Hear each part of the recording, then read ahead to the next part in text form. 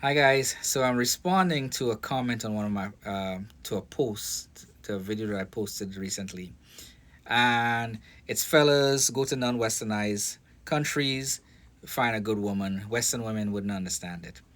Now the comment was, you want dummies to be ready, who are ready to be under your feet, under your foot.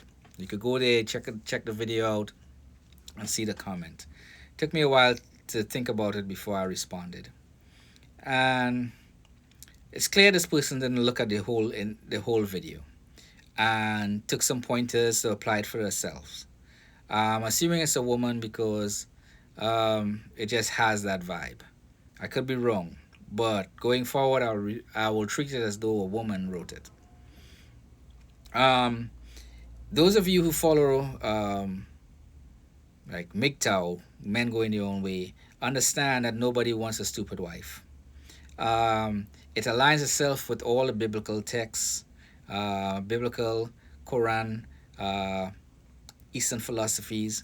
If you look at Abigail in the Bible, she's a wise woman. She went against her. It's the only time in the Bible where an example is given to go against your husband, go behind your husband's leadership. And that's only when your family's lives are in danger, or your life is in danger, your children's lives are in danger. And you can look at that, go and read that in the Bible, and you can see the only example in the Bible where it's okay for a wise woman to go behind against her husband's leadership. It's really cool stuff. The Bible talks. God gives really a basic command. There are more details to it if you're into religion and things like that, where it says, "Husbands, love your wife. Wives, respect your husband. Love and respect." Um, can it get any clearer than that? I don't think so. But the problem is, a lot of women nowadays don't want to respect shit except the bag. Um, but non-westernized women, as you guys know, I'm engaged to a Malagasy woman.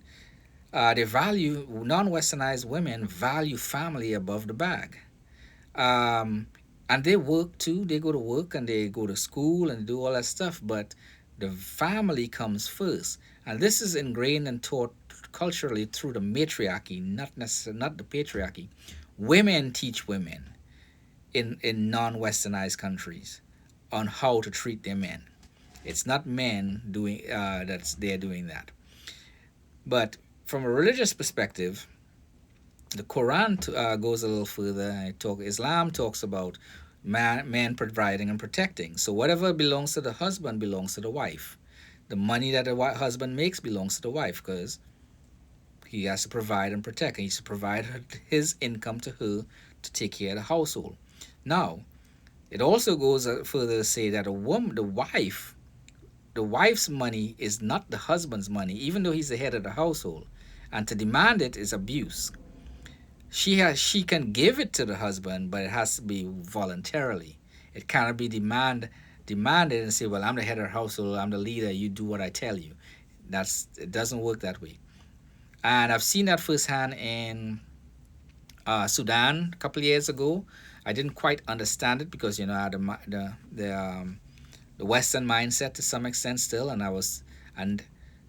now that I'm engaged, I'm doing a lot more on like marriage and stuff like that in a way, from a religious perspective, from a biblical perspective, from the philosophical sorry perspective, and Eastern philosophies most of my where my studies are, um, shows women submitting to their husbands in a way that's unparalleled by any of the other religions.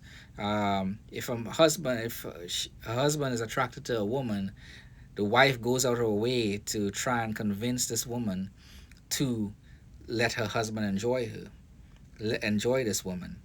Um,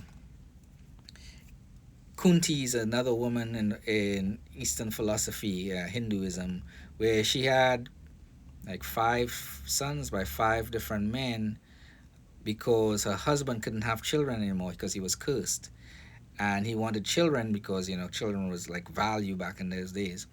And she he ordered her, not ordered, but told her to have to sleep, to with these priests, certain divinities, so he could have children. Because if a wife steps out, a child is born, it belongs to the husband. That's how that culture was. And at a point after like he wanted a sixth child, and she told him no. Um, and it's not that she was against the authority, his authority, going against his authority. She wasn't going against the authority of God, because it was considered something, some kind of sin to do that. And if you want to look more into look at Kunti in Srimad Bhagavatam, it might also be in Mahabharata. Yeah, it should be in Mahabharata as well, so you can get more details on it.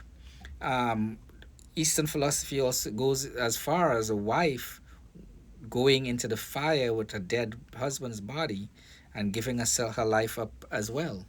Um, that's the extreme at which um submission occurs. Obviously, I'm not going to say if it's right or wrong. I can't fathom doing something that or expecting my wife to do that or wanting my wife to do such a thing, because I live in the age of Kali. This is the age of Kali. Those things, those are not really accepted in the dark ages of religion. So if I'm wrong for that, I just have to deal with the consequences of being wrong. But I live in the age of Kali, so I find that to be a little bit too repulsing for my taste. Um, but those are the religions that talk about submission, and it's not about being under somebody's foot. Just like how you go to work and submit, like it or not, submit to the vision of that company. Take up the strategies given to you by the company to execute the mission so the company can achieve that vision. And you do that every day for the bag. But you can't do it and submit in the same way and align yourself with your husband to support the family unit. Western women validate chasing the bag, value the bag more than family, from what I observe. But non-Western countries and women in non-Western countries value family above the bag. Um, if you have any questions about that, ask it in the comment section down below. Like and subscribe. Again, Western women value the bag over family and will chase through the bag and the hot girl summers and everything else, and the good time when we're supposed to be getting married and having kids, before we're looking to settle down when you're old as time, with a guy, a good guy that's not looking for you because he's realizing his worth and value as time pass, and you are seeing your value diminish as far as people looking for you to be a possible spouse. And when you train yourself for decades to be an employee and not value a wife, a family as a wife, you doing that to yourself. And to make a comment like that, where I want dummies or a dummy to be under my foot, is ridiculous. No boss wants a dummy working for them. No husband wants a dummy supporting him in his vision, especially if he's a God-fearing man. I'm not saying I'm God-fearing. I'm more spiritual, but men that serves God or looking to serve God and have a rebellious wife, that's not a wife. That's just a woman. He that findeth a good wife findeth a good thing. And that's what we're looking for, wives. So, non-Western countries, women are raising women to be wives. The matriarchy teaches the women, the young girls and the young women, to be wives. And it's not the patriarchy doing that.